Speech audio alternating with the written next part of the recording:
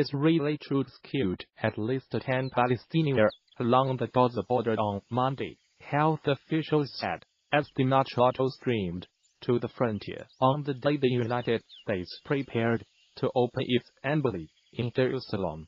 Protests citified on the 17th anniversary of Israel is founding, with loudspeaker concerts and mosques urging Palestinians to join a great march of return.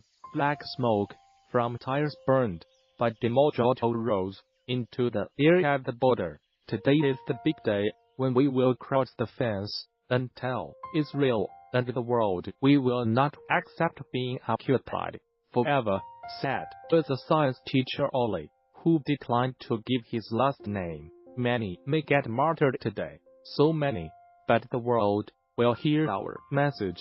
Occupation must end, he said. Israeli troops killed 10 Palestinians, including a sub-2-year-old boy on Monday, and some 500 protesters were injured, at least 200 by live bullets, health officials said. The latest casualties raised the Palestinian death toll to 55 since the protests began on March. No Israeli casualties have been reported. The killings have drawn international criticism, but the United States, which has angered the Palestinian and Arab now by relocating its embassy to Jerusalem from Tel Aviv, has echoed Israel in accusing the Israeli Hamas movement of instigating violence, an allegation it denies. Later in the day, Israeli-led on the U.S. delegation including Treasury Secretary Stephen Mnuchin and President Donald Trump, his daughter and son-in-law Ivanka Trump, and Jared Kushner were due to attend the opening of the embassy. What a moving day for the people of Israel and the state of Israel, Israeli Prime Minister Benjamin Netanyahu said. Jason Greenblatt, Trump's Middle East peace envoy, said on Twitter that taking the long overdue step of moving our embassy is not a departure from our strong commitment to facilitate a lasting peace deal. Rather, it is a necessary condition for it.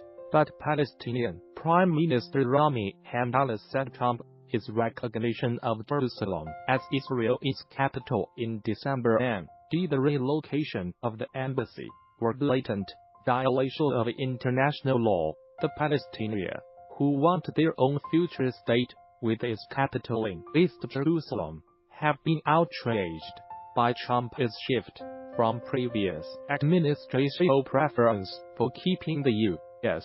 embassy in Tel Aviv. Pending progress in peace efforts, those talks have been frozen since other international now worry that the U.S.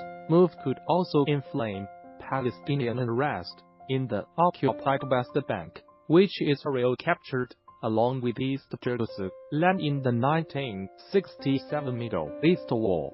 Hamas threats Israel's military dropped leaflets into the enclave on Monday, warning Palestinians not to serve as a tool of Hamas or approach or damage Israel's frontier fence.